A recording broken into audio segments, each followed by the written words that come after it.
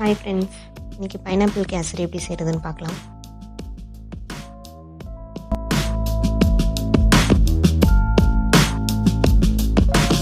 நான் பேன் வச்சு ஒரு 2 ஸ்பூன் நெய் விட்டுருக்கேன்.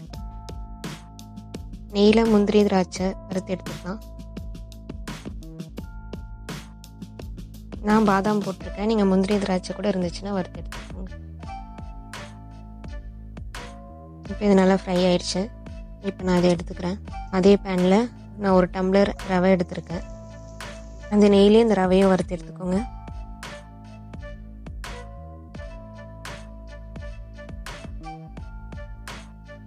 லைட்டாக இது கோல்டன் ப்ரௌன் ஆகும்.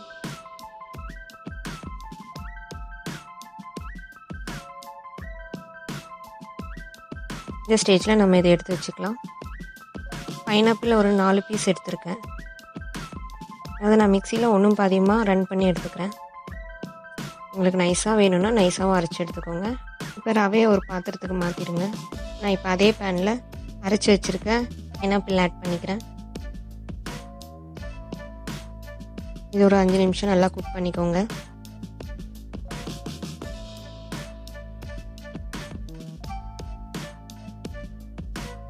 பைனாப்பிள் குக் ஆகிற டைமில் ஏலக்காய் ஃப்ளேவருக்கு ஆட் பண்ணிக்கோங்க.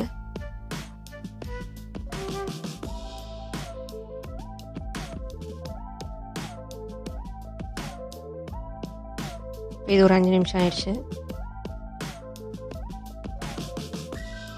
நெய் நான் இப்போ இந்த டைமில் ஒரு ஸ்பூன் விட்டுக்கிறேன்.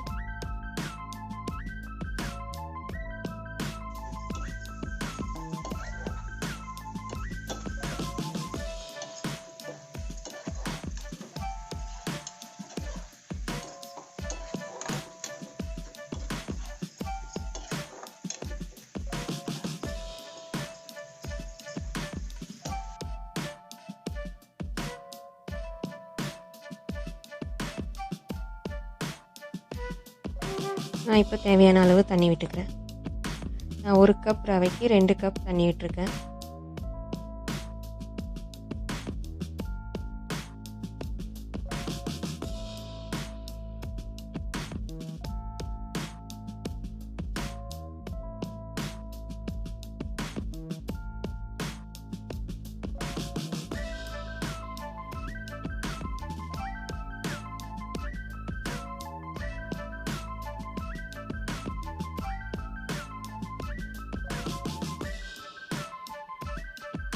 தண்ணி நல்லா கொதிச்சதும் நம்ம வறுத்து வச்சுருக்க ரவையை ஆட் பண்ணிக்கோங்க.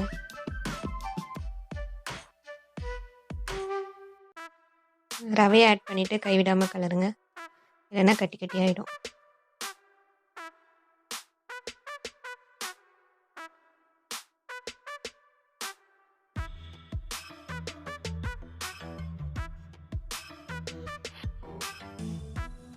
ரவை ஒரு 10 நிமிஷம் நல்லா வேகணும்.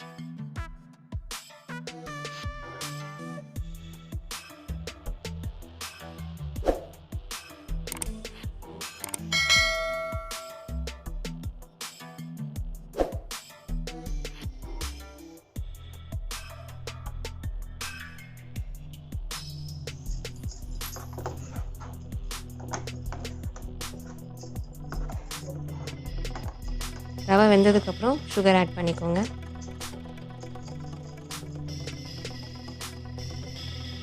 உங்களுக்கு ஸ்வீட்னஸ் அதிகமாக வேணும்னா 1 டம்ளர் ரவைக்கு நீங்கள் 2 டம்ளர் கூட வச்சுக்கோங்க.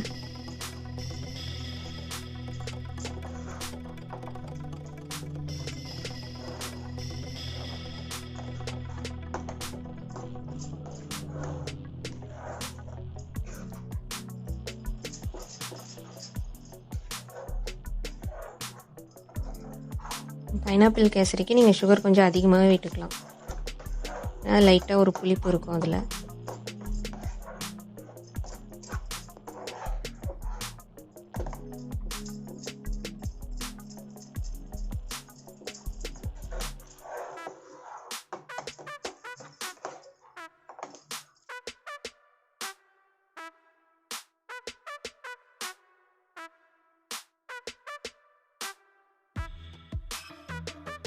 இப்போ வறுத்து வச்சுருக்க திராட்சையும் பாதாமும் நான் ஆட் பண்ணிக்கிறேன். Pineapple kesari ready. இந்த வீடியோ உங்களுக்கு பிடிச்சிருந்தா லைக் பண்ணுங்கள், ஷேர் பண்ணுங்கள், கமெண்ட் பண்ணுங்கள். மறக்காமல் சப்ஸ்கிரைப் பண்ணுங்கள். பக்கத்தில் இருக்கிற பெல் ஐக்கானை கிளிக் பண்ணிக்கோங்க.